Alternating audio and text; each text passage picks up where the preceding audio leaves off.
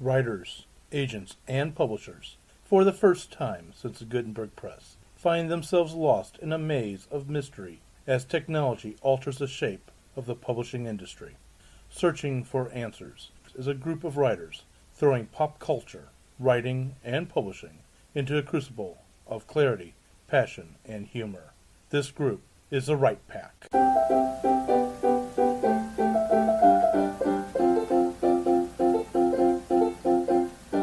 Welcome back to Right Pack Radio. This is your host and producer, David Allen Lucas, author of Crazy Things. Actually, I've got that finally spelled out better. Author who is exploring the human psychology by writing superhero stories as if they were directed by Alfred Hitchcock. Ooh. And with me today is my lovely co-host. Hello, my name is Kathleen Kayembe. I write paranormal romance under the pen name Kaseka Invita, and under my own name I write speculative fiction and nonfiction.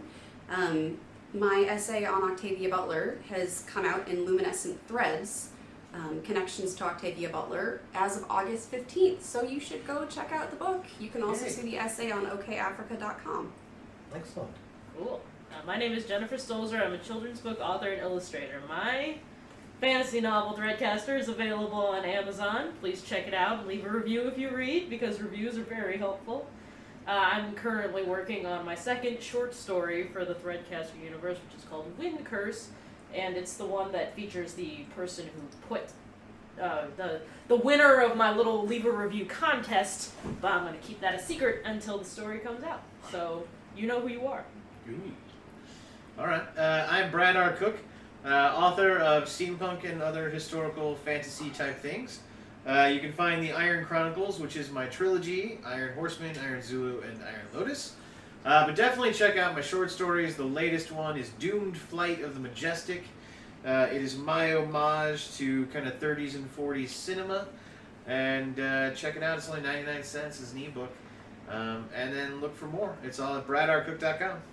And Brad and I both forgot to mention that later this week, as when this airs, on September the 16th, we will be crossing blades again at Strong Women Writing Conference. Yes. Come and check it out. I'm Melanie Lucas, and I am currently working on my first draft of a novel. So. Hooray! Yay. Topical. Yes. My name is Chanel Achan. I am also working on first draft of a novel. My second first draft of a novel. Is it you Question redid mark? the first draft? No. I don't know. So second novel. First draft of your second novel. There we go. All right. First draft, There you go. second novel. Oh, That's what I nice. was trying to say. Yeah. I also write stuff.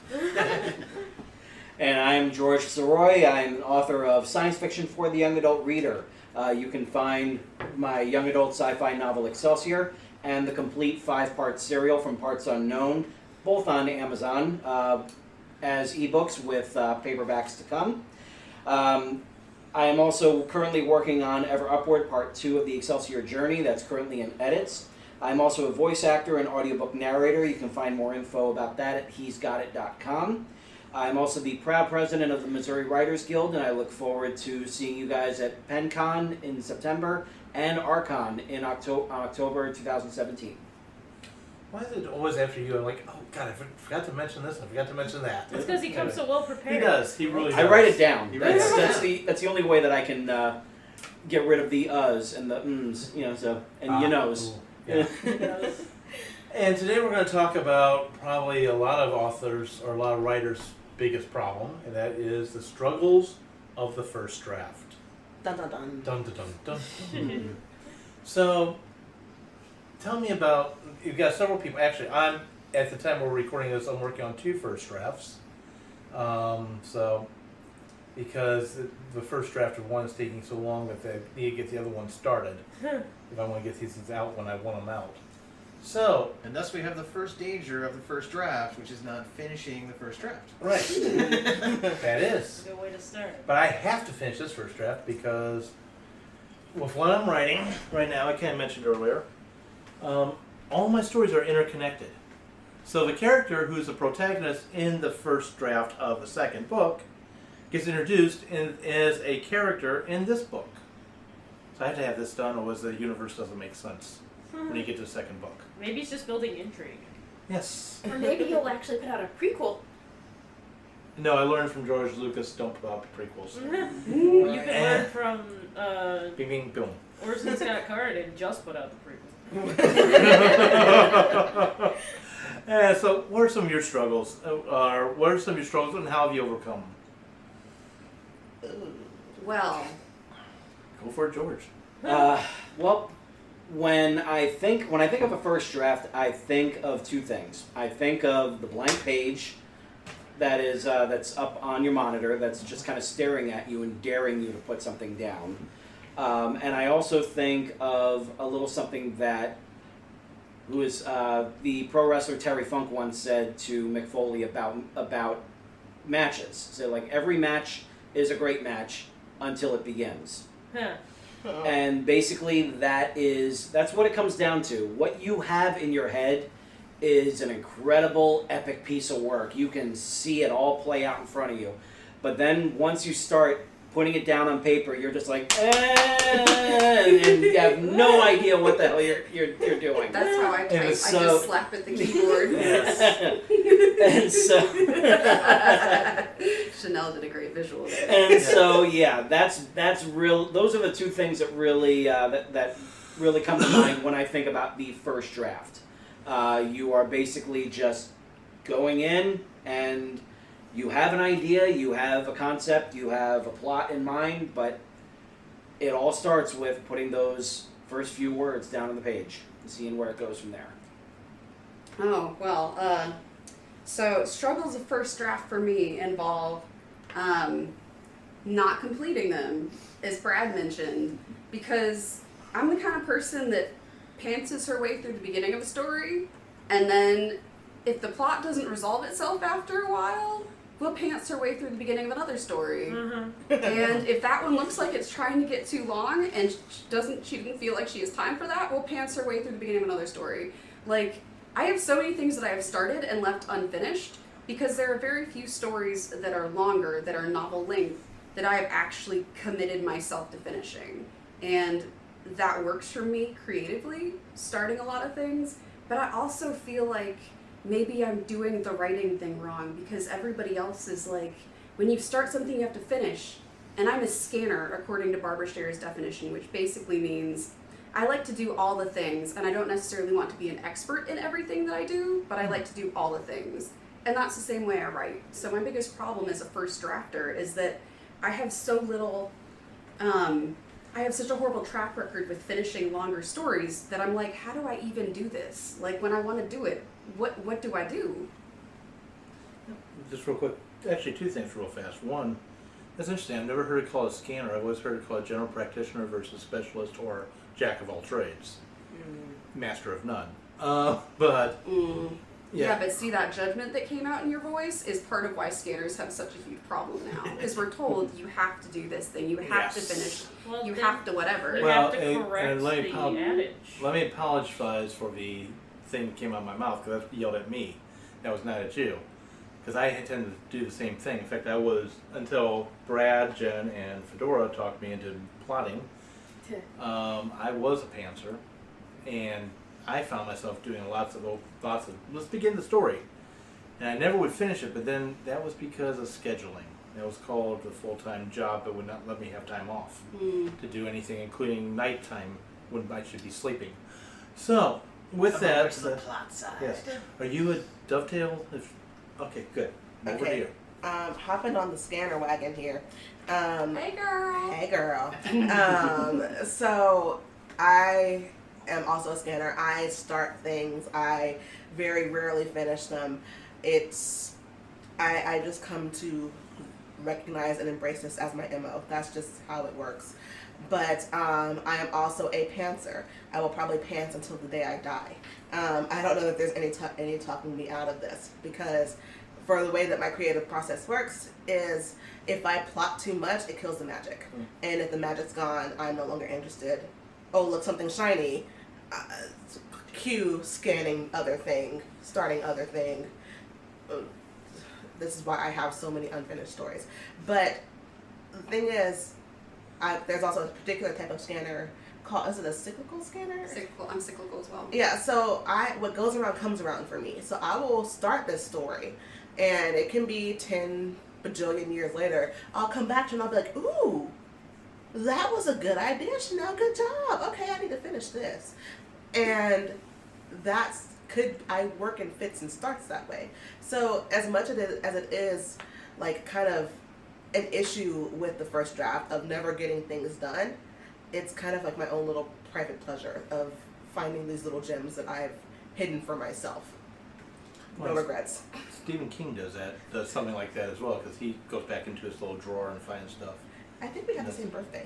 That's why we have drawers. That's why I don't have any drawers. No. Barbara Scher explains some of how we do the way we do in this way. Like, when you look at a honeybee, it goes into one flower, and then it goes into another flower, and then it goes into another flower.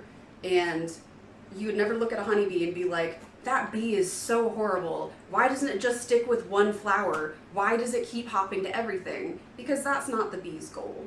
And with scanners, we're similar. And I found that one of the things that has helped me get over one of the struggles of first drafts is writing chronologically. Mm-hmm. Because what I am writing a story for is often a series of moments that make me really happy, that I'm excited to write. And I found through personal experience of writing those things out in scene that once I've gotten the scenes done that I like, I'm like, okay, I'm done. The story is done. I understand there are holes through chapters 4 and 7 and holes throughout the whole rest of the story, but I've gotten what I wanted out of this story, so I am done.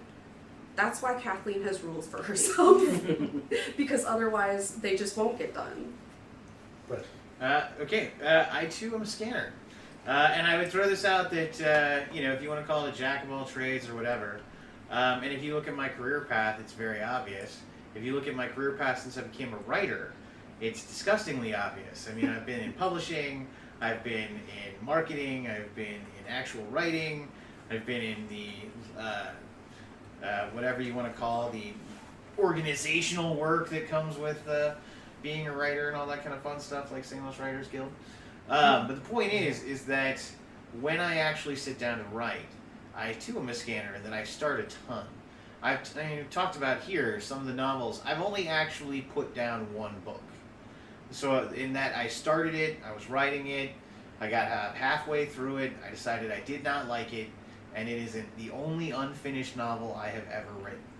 However, I have bajillion ideas that are plots and outlines and character sketches and things like that of stories that maybe one day will happen, maybe one day they won't. I don't know. They are the drawer that I go back to when I need something and I'm looking around, or a cyclical kind of thing, it comes back around. But then my problem is not necessarily is coming up with the ideas. And ideas just flow out of me and I write them down like crazy as much as I can. I then choose one idea and I work on that, and that's where I start getting in my drafts and everything like that. And for me, it's about deadlines. And from that deadline is not necessarily, it's self-imposed. There's no one who's dictating that this book has to get done by that particular date. But by doing that, it forces me to know how I have to schedule myself, how I have to work, how I have to push myself forward to get to that point. And the reason is that I will not finish that novel if I don't. I know myself well enough to know that if I don't put myself into finishing this project, I won't do it. Now my problem too is then, I have 9 novels. Only 3 of them have ever been published. We'll have a 4th one this year. But obviously I have an issue of not necessarily, I walk away from novels, but it's never in the first draft. It's always like draft 3 or 4 or something like that. It's gone through the agents. It's gone through a couple of publishing houses. No one liked it. It wasn't ready for that moment. And at that point, I just move on to a new idea and I start working that idea. So for me, the first draft isn't necessarily the hardest thing for me to do, because there's that notion of wanting to finish a book so that I can hand it off to somebody else to read. And that's not necessarily for people to buy and read and everything like that, but a long time ago I ran into a whole series of things. If you don't want to write, if you don't want other people to read something, do not write it down. And if you write it down, other people will read it whether you want them to or not. And so that's kind of a notion for me of getting it out into a full sense of, this is my story, this is me putting it forward. Now, if I could find a way to write just that one draft, that would be awesome. Because I am in jealous mode totally of some of these amazing authors who just write the one draft, hand it off, it gets published, turns into a huge thing, and they're all writing 6 other books that year. Well, you haven't mentioned all of the backup editors and proofreaders that take their Yes, stories. I would love to have that. I don't have that, which is why, I edit. And, it takes me several months to write a book. It takes me at least a month or more to edit a book. And then you got to go through several of those. It sucks. But, I do, and I find a lot of writers are also jack-of-all-trades, scanner-type people. It's kind of something we need to have. We can't be locked into one thing. We need to know about weather conditions and geology mixed in with a little metaphysics and true astronomy and astrophysics and also, like minute particles, like we need to know so much randomness for just telling a simple story that it amazes me sometimes the vast knowledge field that writers have. Oh, that reminds me of what was it, The Avengers? Someone put a picture of Tony Stark, and they were like, writers be like, someone asked him, when did you become an expert on thermonuclear dynamics? And he's like, last night. And that's literally every writer ever. But the way you were talking about ideas, there's actually, Barbara Scher says to make a scanner notebook. And what you do is you write down the idea that you had and all the things about it that made you excited. So for me, that often means the idea that I had, like some of the brainstormy things that made me excited about it. Like from the other day, I was talking with Chanel and Savannah, and I was like, oh my gosh, what if a hedge witch had a cafe? What would they sell at this cafe? So all the stuff I was writing down about it. Will I ever come back to it? Potentially. Does it tie into some other ideas in that same notebook? Yes. But it's down there, so if I ever want to go back, I can look at it and get all the same excited feelings from all those same things that I jotted down, and then go with it if I want. To kind of add on that, I did something similar about 15 years ago or so, when I was just kind of working on an idea that I had for a science fiction television series.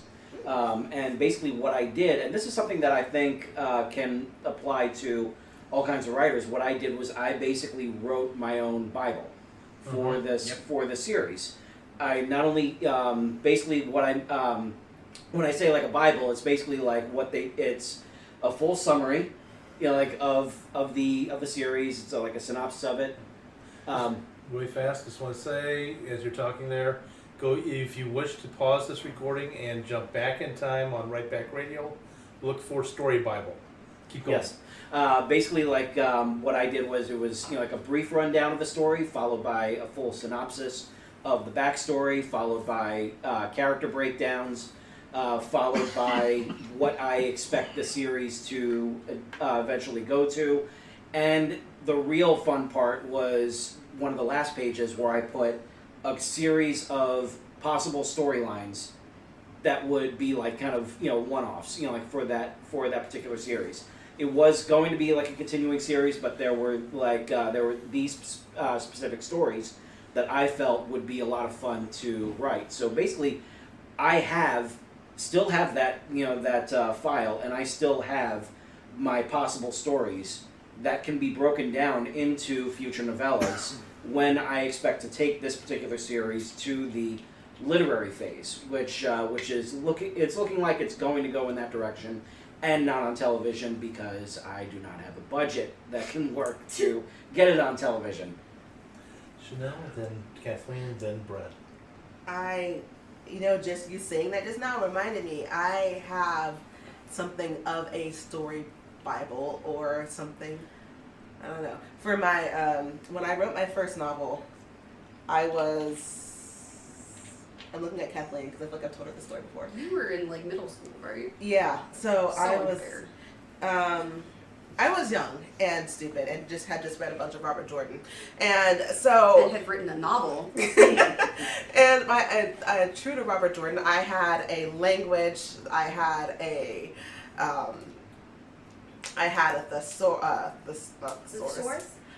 not thesaurus, a glossary, I had maps, I had all this stuff for this novel, and I had like where the next book was going to happen, major antagonistic figures, like what each character was and who they were and how they were related. It was absurd, but honestly, I wish I had that same kind of gusto now, because back then I had the best writing habits, and that's how probably the only reason I got through that first draft was because of those writing habits, where I would literally come home from school, get yelled at for not doing my chores, and just write. I would just write for hours every day after school. I wouldn't even do my homework, wouldn't do the dishes.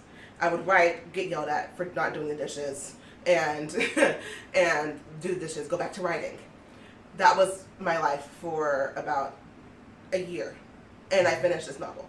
I wish I could do that these days. I go to work, I come home, I'm like, I should write. This novel's not going to write itself, and I just sit there and I'm like, I know. And I just sit there. And there's nothing that gets done on this novel, but man, I wish I could do the same thing.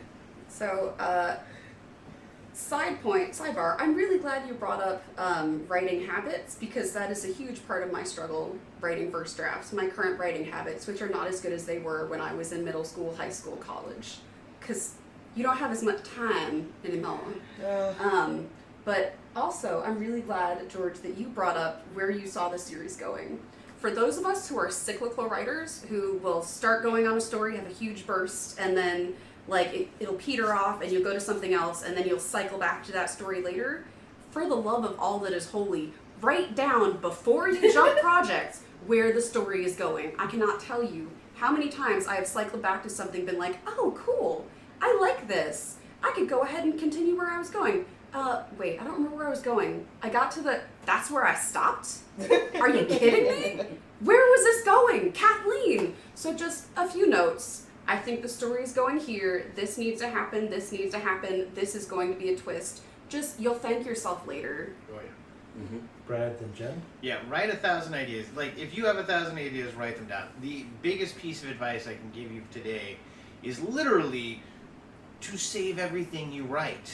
Because if you write down on a piece of paper this, interesting story idea, or even worse, you don't write it down, and then it's gone.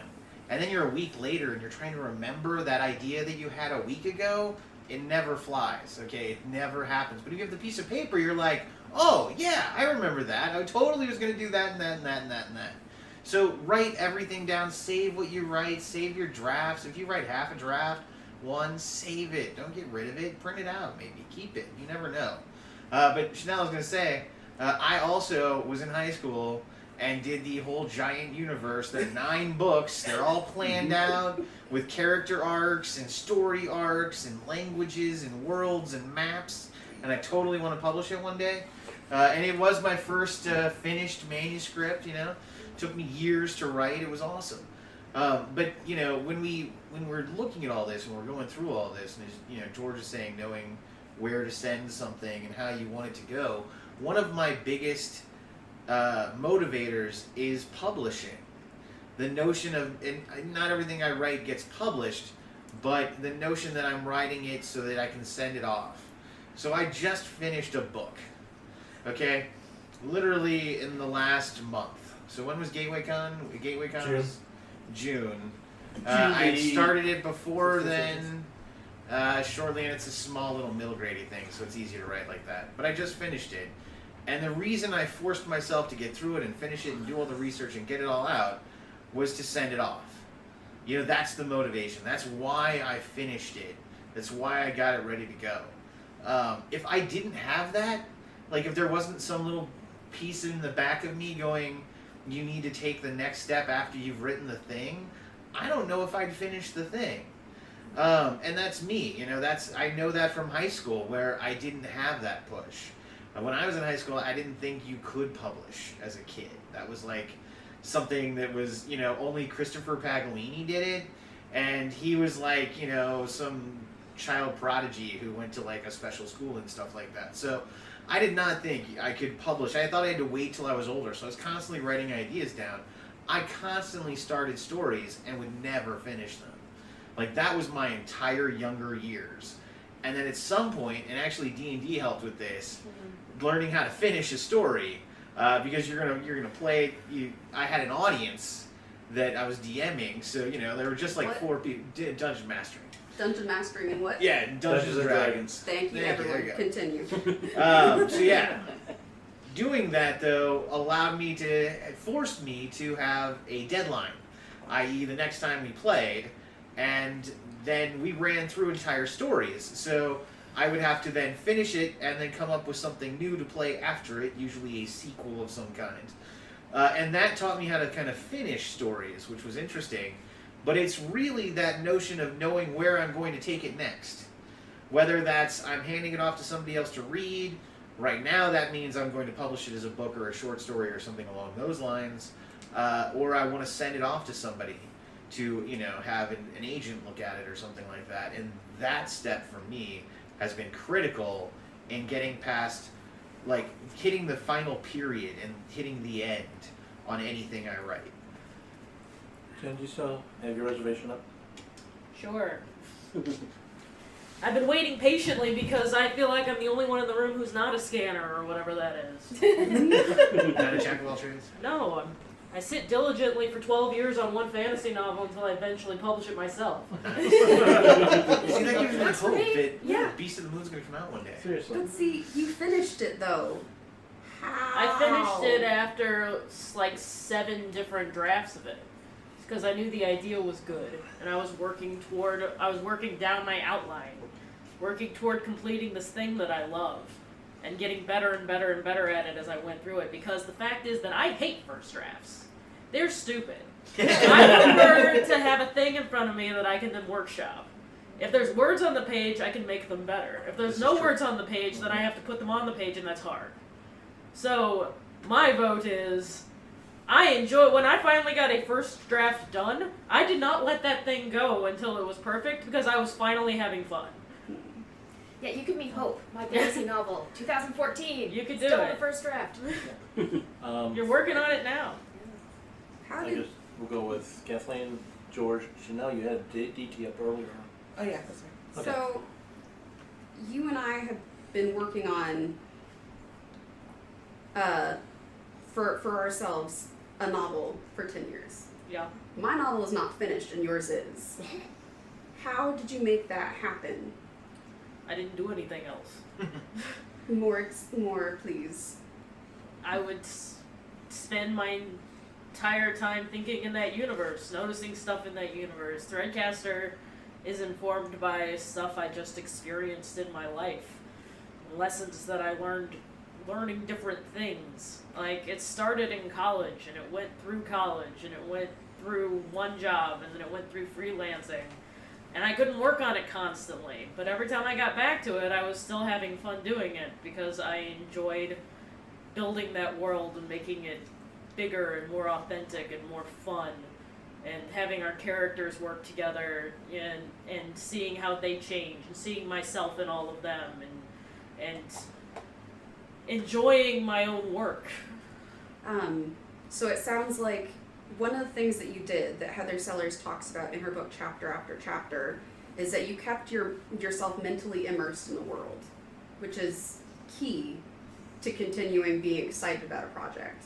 But did any of your writing habits change from when you were, say, in college to when you got the first draft finished? Because I would like pointers. I just did it whenever you have the chance. I'm not one of those people who has a sit down for this period of time every day and write thing. I can't afford to do that. Every one of my days I'm freelance. My job, it happens 100% of my life, and also not 100% of my life. It's day by day, and that's the way I like it. I like being able to have a fluid schedule. And yeah, sometimes that means that I don't write for 3 months. I haven't written on my ghost story forever. And it has everything to do with the fact that I feel like I need to catch back up on that one. There's my first draft gripe. It's that I'm having trouble because I want to edit the stuff I've already done. But I can't edit the stuff I've already done right now, or else I'll be doing that forever. I have to keep going, because when I finish the whole thing, then I will have the perspective to know how I need to edit the first bit. Even though the first bit is what I already have down and is the part I'm having fun with. I'm having a hard time completing my first draft of that one. It doesn't help that I took a year off from it to do Threadcaster and get it out. And I was having a lot of fun in that world again, because there's fun there. It's revisiting all of my friends. It helps that that's the kind of person I am, though. I'm a nostalgia buff. I love to re-experience things that I love. I don't watch a whole lot of new shows because I'm busy watching the ones I've already seen. Okay, George, Chanel, Brad. I wanted to throw out, like a quick story and then, like my own first draft experience. One of my all-time favorite writing stories was from screenwriter and novelist William Goldman, who said that one of his favorite things that he did when his kids were small is he would sit down on his own without any prompting or anything, like, for their bedtime story, and would just spin all these different stories that he believed was some of the best stuff he had ever come up with. And he never wrote them down afterwards. And to this day, he still regrets that he never took the time to do that. So finally he decided that he was going to write a book for them. And so he asked each of them, what's the one thing you want me to have in there? One of them said, princess. Another one said, a bride. And he became the Princess Bride. So that was one of my all-time favorite writing stories, and it's a big reminder, just like when you have something, just like what Brad said, write the damn thing down. Get it on the page in some way, shape, or form. And my own first draft experience writing Excelsior was actually one of the most fulfilling experiences in my life, because I set myself up with a National Novel Writing Month style challenge. It wasn't in November, it was in June. And I stuck to it, and I made sure to write every single day in the month of June. I was writing at work, I was writing during the weekends, I was writing at home, I was writing everywhere I possibly could. I did my first 5 pages on my wife's laptop while we were driving home from Massachusetts. So it was just like, you gotta take the time to get it down. The beautiful thing about doing the first draft, the main thing that I love about it is whatever it is, it's okay because you're getting it on the page. That is your main goal for the first draft. You are not going to get this bunch of crap that you're spewing out onto the monitor out into bookstores. Once you come to grips with that, then all of a sudden everything becomes freeing, and whatever you are writing is good enough for now.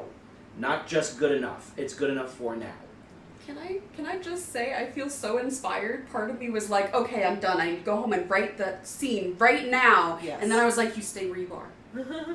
I feel so inspired. Thank you. My pleasure. And just to protect George before I turn over to Chanel, which Chanel's not going to do anything, but to protect George. I do. George's employers, should you listen to that? My statement? employers at that time let me go in January 2009. They can listen as long as they want. There you go. Never mind. I'm not going to do the protection. Moving right along to Chanel, then almost called Brad. George, I'm good. And myself here. Interesting. Okay. So both of you touched on something that is really one of my gripes with first drafts, is not going back and trying to tweak and trying to edit myself. That is one of the things that I just cannot seem to break myself from the impulse of doing is, okay, well, I got some feedback about this part here. I need to go back and fix that. Or, ooh, I called him this here and not there. Let me go back and just tweak that, and then I can just rewrite that scene. It'll be fine. It'll just take a minute. No. Yeah, I can't shake it. I can't fix it. Here's what you have to do. You have to come to grips with what you are writing is first. And that's all that it is. It's the first words to cross the finish line. As soon as you go back, then all of a sudden it's not a first draft anymore. Then it's something else and you don't know what it is. If you can just stick to just, like you're constantly putting those words down on the page, you're constantly going from page 1 to page 2 to page 3, you are going forward. You have to keep going forward. Once you hit the end, then have, sit back, put your feet up, enjoy the fact that you did it. You have done something that only a fraction of people in this world have been able to pull off. And then go back and redo everything. But, if you have things that are sticking in your mind, put those notes down in a separate document, so that way you don't forget those. Yeah. Real quick question before we, there's a whole bunch of questions that came up, and from dovetails that came up for Chanel. I just have to ask this question. Something you said that raised my eyebrow. Oh, I just got back some feedback, and I could go make changes. Are you having people read your first draft as you're going, or? Well, yeah. okay. So this That's is my a question. caveat. This is not something I usually. Okay, I lie. This is. I'm a feedback junkie. Like getting people's takes on these things. I started out writing fan fiction. No, for hold on. goodness' Hold that sake. thought. Hold on. Sorry. Yeah, let me just do. Yeah. I couldn't get the hit pause button fast enough. Just need a touchscreen TV. Oh yeah, it's easy to just say get a touchscreen TV. Sure, let me just get right on. I'll get So you right walk on. by and Oh, just- I have one in my other pants. Just not this pair. Drafts. Not this hair. My other pants have pockets of holding. Got him. The bag of holding. It's like the single greatest invention. Right? Yes.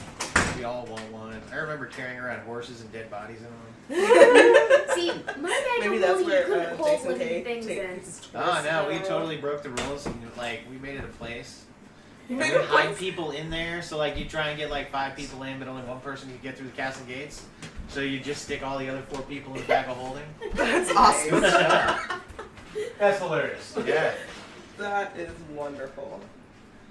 I asked about putting live people in. It's like, yeah, you could put them in. They probably would come out dead, but you could put them in. Let's try it anyway. No, we had horses, so we were heading to the mountains. We didn't know what to do with our horses. We didn't want to leave them alone, so we just put them in our bag of holding. All right. Yeah, I started out as a fan fiction person, so yeah, feedback keeps me going. But for this particular enterprise, I have some people looking at my first few chapters because I have to get them sent somewhere. So that's for this particular novel. I know Brad's been waiting for a long time, but your dovetail Because was. I was just dovetailing on something that Jen said 20 minutes ago. All I was really going to say is you had mentioned that we're all scanners and you felt kind of out of that.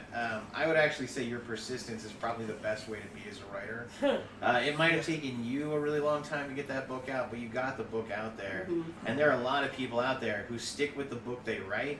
They work it, they go through the first draft, the second draft, they get it ready, it goes through editors, and then that book turns into, the first book of their career and everything like that.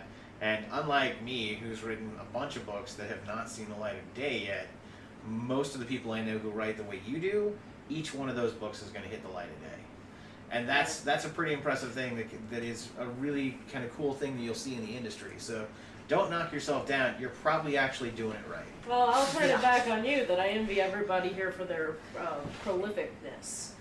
Because I have friends who've written 11 novels, and I'm like, I've written 1.5. Wow. And it took me a chunk of my life. But to answer your whys, and the whys we had going back and forth, every time you have a moment to write, you went into Threadcaster. Every time I get a moment to write, I have to choose between which of the projects I'm going to jump in and write. I always have an alpha project that is my number one. But then there's a slew of things that, there's 26 letters in that damn alphabet. So there's a whole bunch of projects that come after that want my attention. And when you scatter that, that's when I think you lose some time that if you're focused would be lasered in on your project. Yeah, you've got to. If all your mental energy is horses, the whole thing where If you've got one thing you're going to focus on, you've got 100 horses all going in one direction. But if you're like some of the rest of us, where you have the thing that you're writing, that you're supposed to be writing, but you also have these other shiny things over here, horses are scattering off into those other directions, so you're not going as hard, as fast, and you always have that decision to make when you sit down to write. Do I do this, or do I do this, or this, or this, or this, this? Well, I'm not avoiding that. Mine just scatters across different projects. Am I working on my novel? Am I drawing pictures? Am I writing comics? Am I answering emails?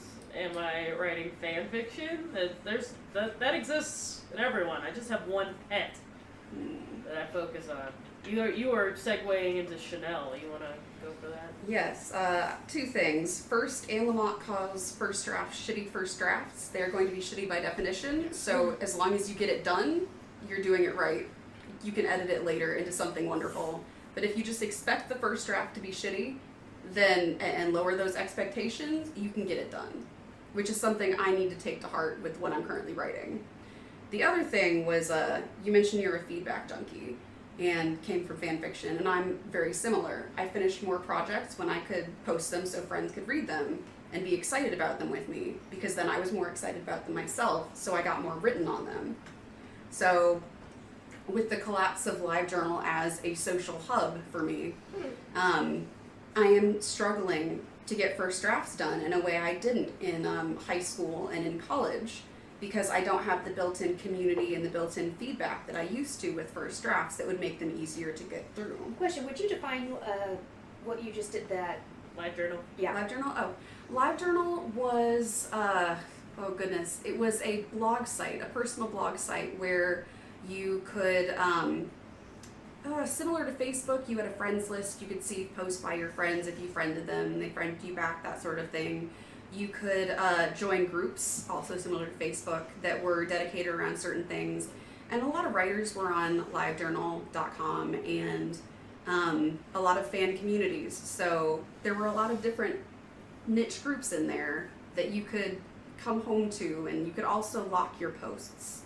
So something that I did was I would post new writing on LiveJournal and lock the post so that it wasn't posted online officially, so I could eventually publish it if I wanted. But people could comment on posts, so they would comment about what I was writing, and it would make me excited to write more to fulfill those expectations. I'm kind of over here to pat Chanel and tell her that she's doing just fine, because I feel ya. I refer to it as draft constipation. You're stuck on this one spot, and it's dominating all of your thoughts, and you can't move on until you know that's how that's gonna go. Yeah. Because in your head, you know, if I change this, I have to change everything else. I'm stuck on that in Ghosts right now. I don't know if I'm gonna cut out this character, and I'm like, if I keep this character, I have to keep track of them. But if I cut out this character, then I don't have to keep track of them. But the character does good stuff. Should I keep them? Back and forth, back and forth. That's a thing that I would have to stop and actually do a chart or something over to make sure that I can keep going, because it's actually hampering my ability to then continue. So George mentioned keeping all of your edits and ideas in a separate file. I have a graveyard draft and a graveyard document and a note document. Yeah, keep all of that list of things that you know you want to do that aren't a constipation point. Keep all those in a list, because if you go back worrying about, oh well, I changed this kid's name and now I gotta go back and change all the times that people say this kid's name. It's like, you can do that later. That doesn't change much. The kid's still there. But if it's something that's keeping you from continuing, then maybe you need to take care of that health problem first, and then you can keep going. There's nothing wrong with that. Threadcaster, many of my false start drafts ended because I got to a point and I realized that what I had created was incapable of sustaining itself, and I could either fix the problem or start over. And sometimes I fixed the problem and kept going, and sometimes I had to start from scratch because I hate first drafts. And you don't know what's going to happen. Even as an outline, you don't know how it's going to go. So if I kept going from one of those full stop points and said, whatever, we'll fix it later, I don't know what I would end up with at the end. Maybe I would end up with something 5 years earlier than I did, but it wouldn't be the book I have now, and I'm happy with the book I have now. It's just the way my process works. So don't listen to advice that doesn't feel like something that you could pull off, because the most important part is that you do the thing. The thing is the thing that we do. And if you have a way to do it, you do it that way. But if your way is stopping you from doing it, then think about looking for outside input and outside sources. I'm also a feedback junkie. I have at least 2 people that are beta readers that read my first draft stuff that I send to. Because those are people that are excited about storytelling, and usually they come back with either questions that they want to know, or just, I was so excited, I like that part, keep going. And I'm extroverted, so energy from outside makes me feel all lively. And I know that that's something I need, so that's something I go get. I don't show everyone my first draft. And I only give it to people that I know can keep track of what I say. Actually, that character no longer exists, and you're going to have to forget about everything that was about them. And they know that they're those people too. So they know that everything is subject to change. They're also the same people that I tend to pop up on GChat with and say, hey, I'm thinking of getting rid of this character, what do you think? Because they've been keeping up with my thoughts to this point, and they're educated enough to then brainstorm with me about it without me having to explain everything. So there you go. Going with something you said a while back, and this is over to George, in that conversation, you came up with the term constipation point. Yeah. Usually Everyone knows how that feels. I've got something I don't use. I don't have a constipation point. I've got what I call a speed trap. And what my speed trap is, and George, I think you've seen me do the speed part of it. Actually, I know you have because you were with me that one day. You guys are doing speed together? I can actually, I prefer Red Bull, but you know. Give the wings. Actually, with writing my first draft, if I'm on target with what I'm writing, I can pull 6,000 words a day. As soon as I do something wrong, that 6,000 drops down to 100. And I know immediately my subconscious is telling me, something's screwed up. You need to fix this before you can move forward. And then I spend a whole lot of time trying to figure out what the heck that is. And that's another problem. Yeah. I think now that we've introduced the term "shitty first draft," I think we've gone up to a PG podcast. So well, we already are PG. We were already PG. But well, either way. We'll start talking about the goddamn first drafts. Now we are PG. There we go. Okay. What a bitch. Nah, we don't be rated R, guys. No rated R. Just joking. We haven't hit our F-bomb limit yet. We're not R. So I actually have something to dovetail off for both Chanel and Kathleen. For Chanel, like one of the things that I always kind of took to heart was, I believe it was Stephen King who said, "Write with the door closed, rewrite with the door open." And basically what that means is that first draft that you're putting together, that is yours. And until it's finished, that is yours alone to look at.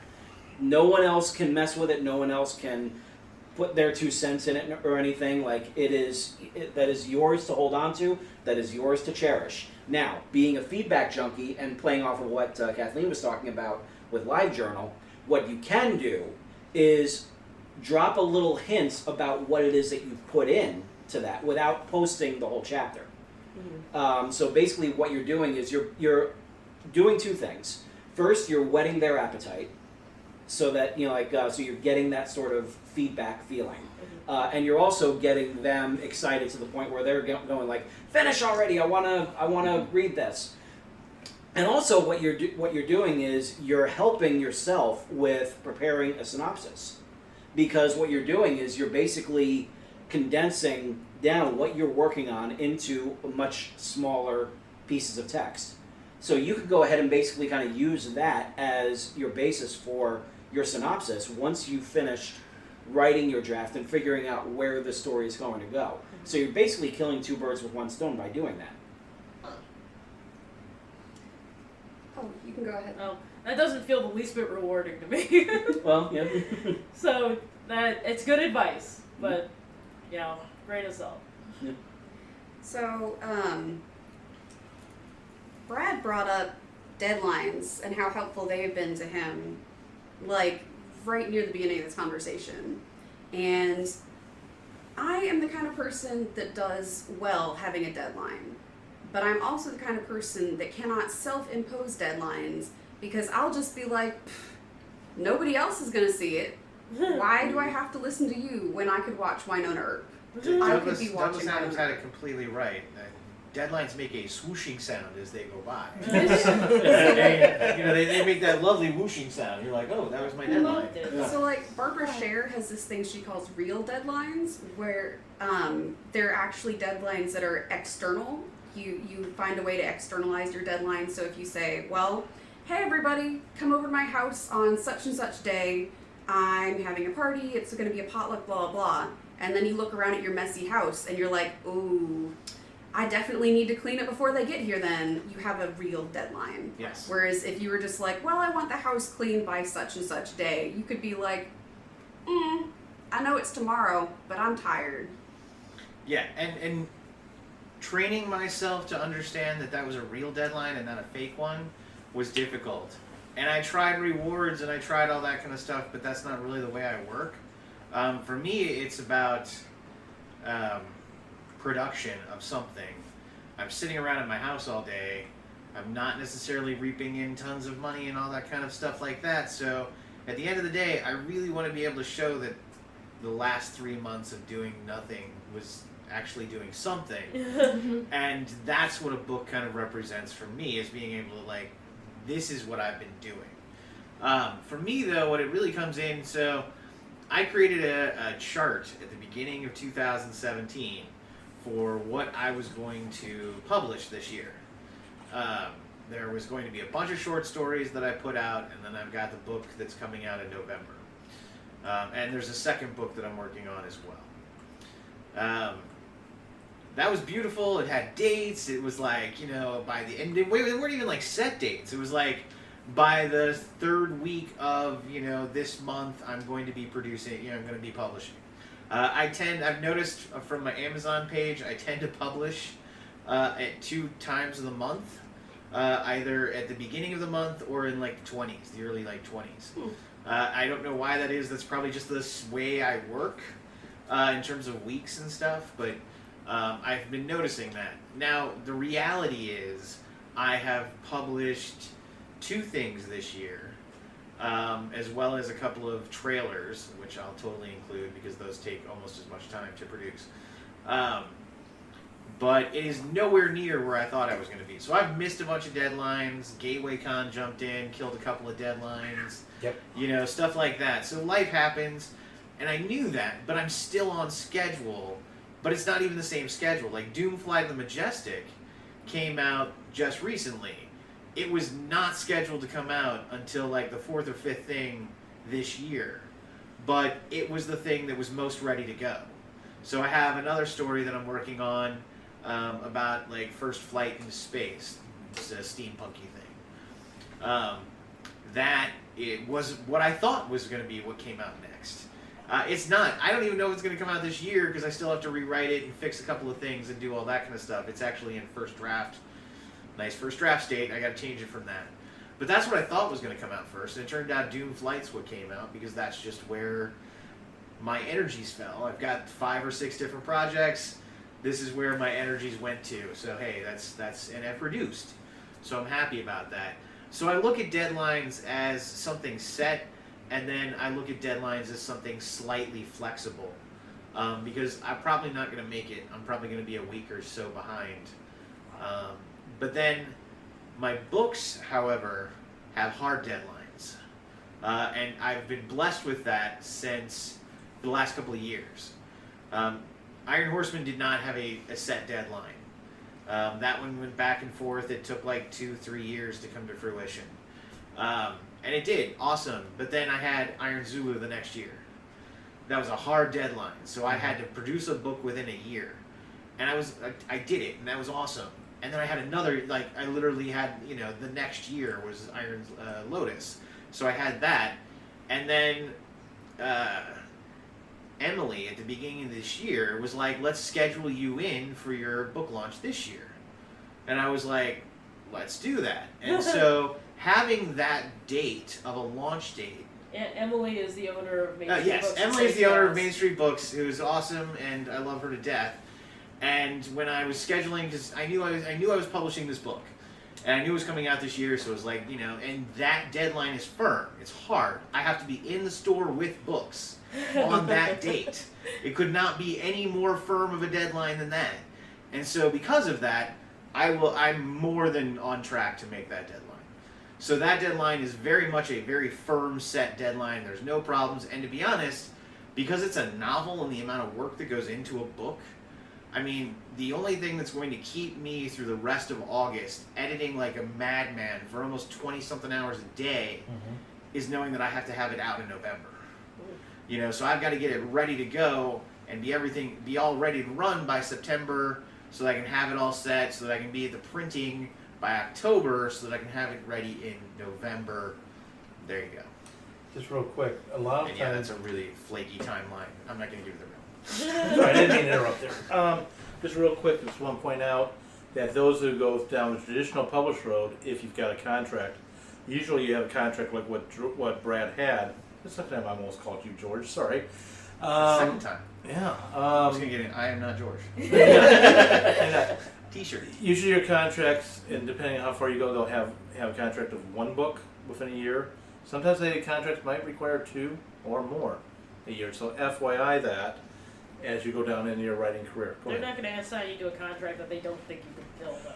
If you're Yeah, in no, a habit no. of writing 3 books a year, they'll say, great, we'll put you down for that. Yeah, exactly. I have a friend that has been super productive about getting first drafts written and out because she has an agent and a publisher. And I was like, oh my gosh, if I had that sort of structure built in, I would be so much more productive because everything would be a real deadline. How do those of us without, an agent or a publisher or a book signing construct real deadlines for ourselves, though? Because I know if I said, hey, friend of mine, I'm going to send you this by such and such date, I'd be like, they'll still love me even I don't send it. So, like, Yeah. how do we do that? My problem is I don't love me if I don't send it off on time. But I'm used to self-loathing because I have ADD and didn't Yeah. know it for decades, so that is built in. Oh yeah, it's super built Pre-programmed to in, be but late it's and feel awful. yeah. So but I mean, I it's really not try something I not to. can't deal with. So how do I create a deadline that I will honor? That Well, feels rewards is the biggest one. That like when I looked for it, because this is when I was trying to figure out how I could do that. Rewards and penalties were the 2 biggest ones everyone said to use. I didn't find either of those worked. So find your best way. Those don't work with me. I know. Mine's not wanting to be self-loathing. I'm going to go ahead and throw this in anyway. And this is a side... Remember that you've got extra time. Yeah, but just real quick.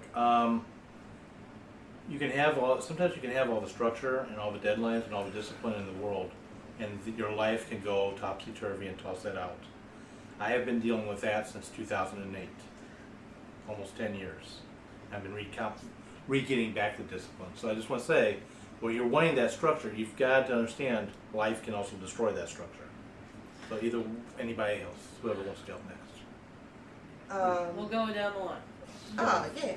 I Okay, was. so the first thing I was going to say was, even though you do, you can always kind of beg out on your friends, getting people involved and kind of having yourself accountable to other people is something that helps me. Like, if I know, okay, I'm supposed to be reading this to Kathleen on X day. Wednesday. This is true. It happened till Wednesday. I have to get pages by Wednesday. Yep.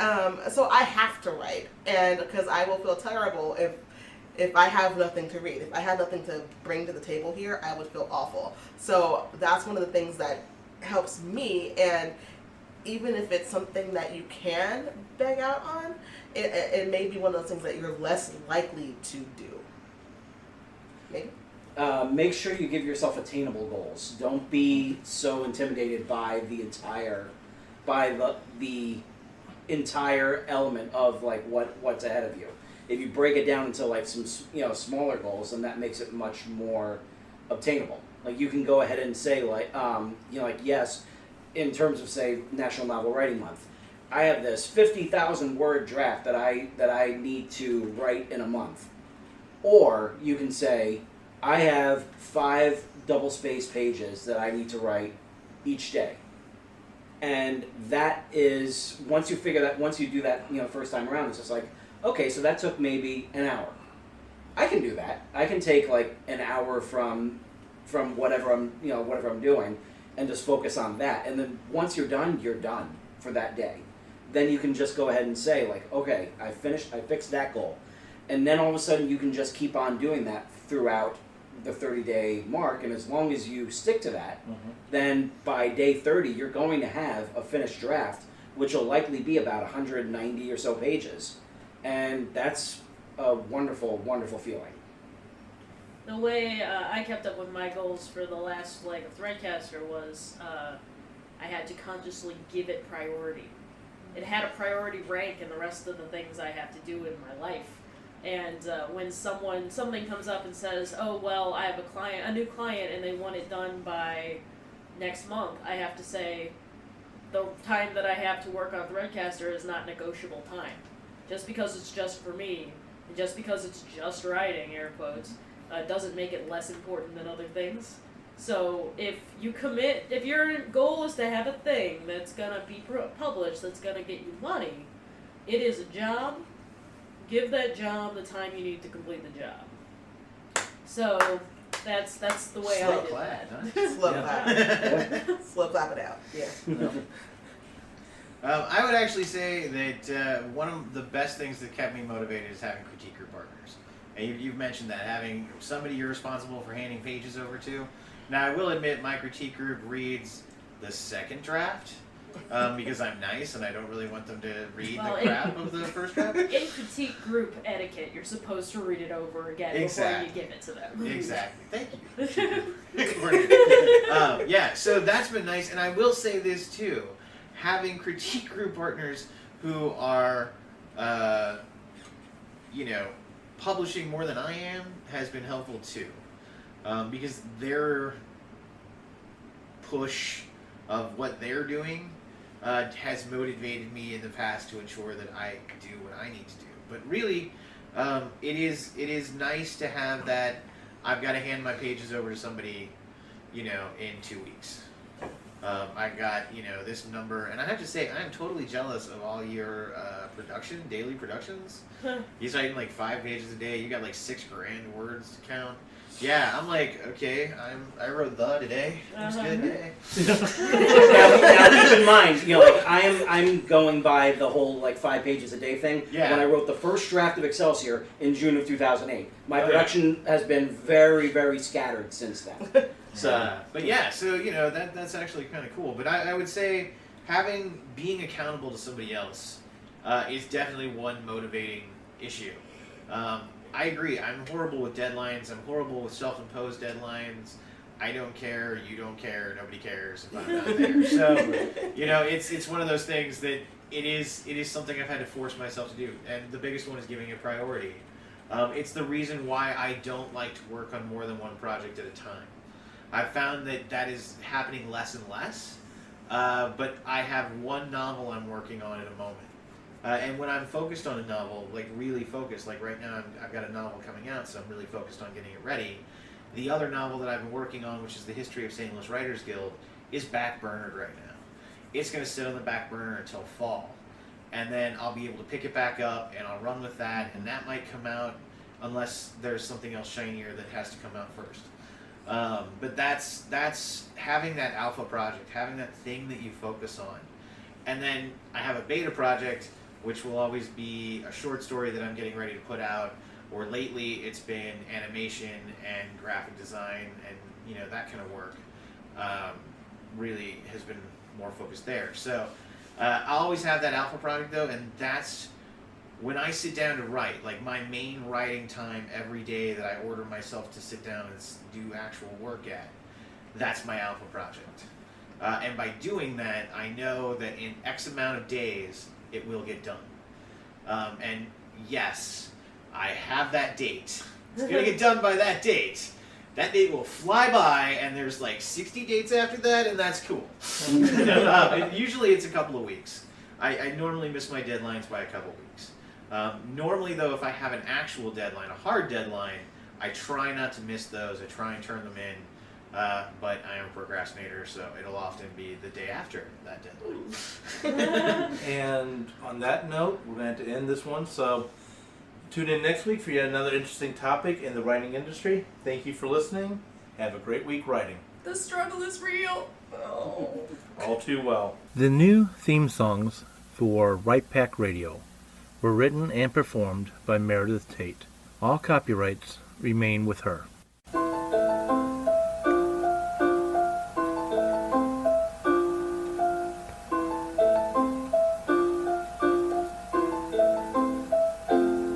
Writers, agents, and publishers, for the first time since the Gutenberg Press, find themselves lost in a maze of mystery as technology alters the shape of the publishing industry.